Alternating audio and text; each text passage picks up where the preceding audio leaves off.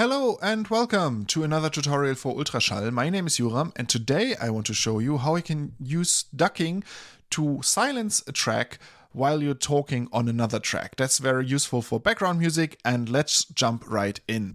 I prepared a project here, an empty project, and I want to show you from scratch how you can actually achieve the ducking effect in Ultraschall.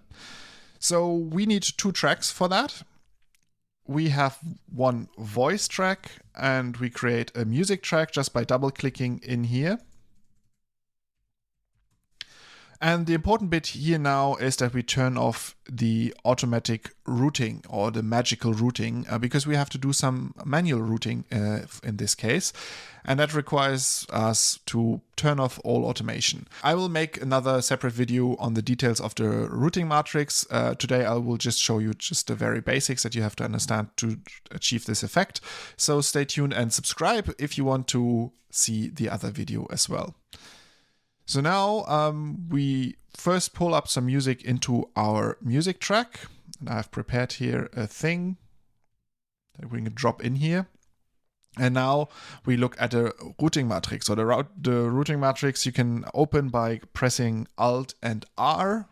And you can cycle through from the chapter marker editor to the routing matrix. And it works like this, that you have on the left-hand side, you have your different inputs, and on the right-hand side, you have the outputs. And so you route things from input to output.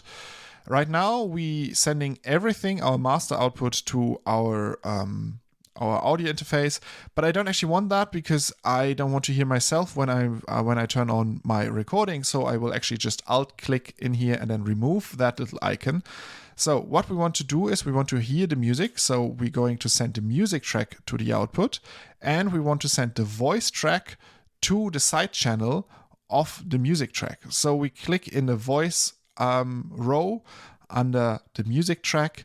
And now we're sending our audio straight to the music track. So we will actually hear the voice in the music track. We don't want that. So we click again on the same icon and we go to this field here where we have our audio from channel 1 and 2 and sending it to channels 3 and 4. These are the first side channels. And with this, now we can actually turn on our microphone by clicking on the red button here.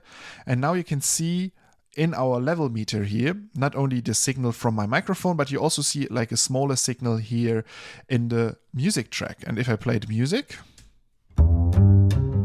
we see the voice level of the music, and you can see that when I speak, the music is just as loud as ever, because that's not everything yet. Now we're just sending a signal to the music track, and now we have to tell the music track to do something with that signal. So we're opening the effects panel and we're adding an effect by clicking on add, and I already have the rear comp effect here. And I will add this to our effect chain. And I put this here at the end because I want to make sure that my volume adjustment that I do with this effect is happening at the last stage, because if I would put it in front of the dynamics effect and turn this on, these two effects would fight with each other. The ducking effect would lower the volume, and then the dynamics effect would pull it back up because it tries to equalize all of the volume. So we want this to be sitting here at the end of our little effect chain. And now you see already a lot of stuff happening. You see my audio going to the side channel here, being registered by the second track. And we see something happening when I talk. We see this red bar going down here, and that tells us this is the amount that the music is going to get silenced by. And so if we listen to this now, we hear the music, but when I talk, the magic happens and the music is quiet. And when I stop talking, the music is loud again. And this whole thing happens live, which is really cool. So whenever you're live streaming or during your recording, you already hear the effect going on. And that's really, really cool. So let me stop that here. There's a couple of things we can adjust in here. We can adjust with the threshold slider how loud I have to speak to get this effect active. So if I pull this up, I have to speak very loudly to get any sort of effect. And if I pull this down, it reacts much quicker. So the default value is actually quite good. It gives you a nice balanced reduction in the volume without being too aggressive and turn on too quickly.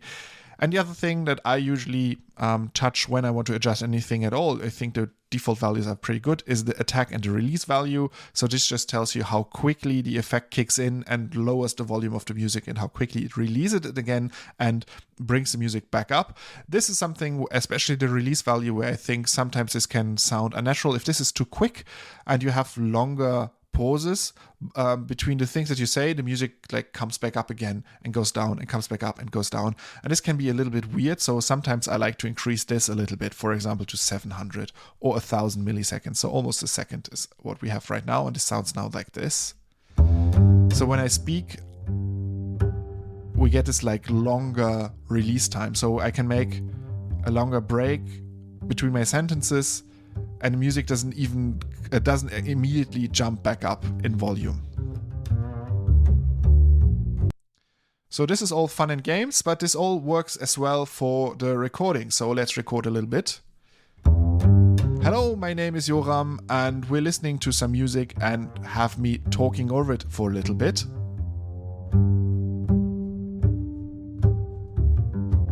So now we have our recording, but there's one important thing that I want to show you right now, and that is what happens when you actually want to play back. Because whenever in Ultraschall, after a recording, you want to play back, a friendly window pops up and it tells you, hey, it seems like you want to edit and not record. You should prepare your tracks for editing, because it does all of this magic in the background of resetting the right things and turning on filters and bringing all of that stuff in. It's really cool that this function exists, but there's some things that we have to take care of right now. So we just prepare for editing, and now I can play back my recording. Hello, my name is Joram, and oh no, not everything is well. My ducking is gone. My effect is still there, but what happened now is that the prepare all tracks for editing removed our routing setup. It changed here from putting the master output to our audio interface output, which is great because now we can actually hear both tracks. With our setting before, we would only hear the music track. So thank you, prepare all tracks for editing, but no thank you to the side channel removal. So we're just going to click back in here and just repeat the step that we did at the beginning of the setup. And now everything is repaired.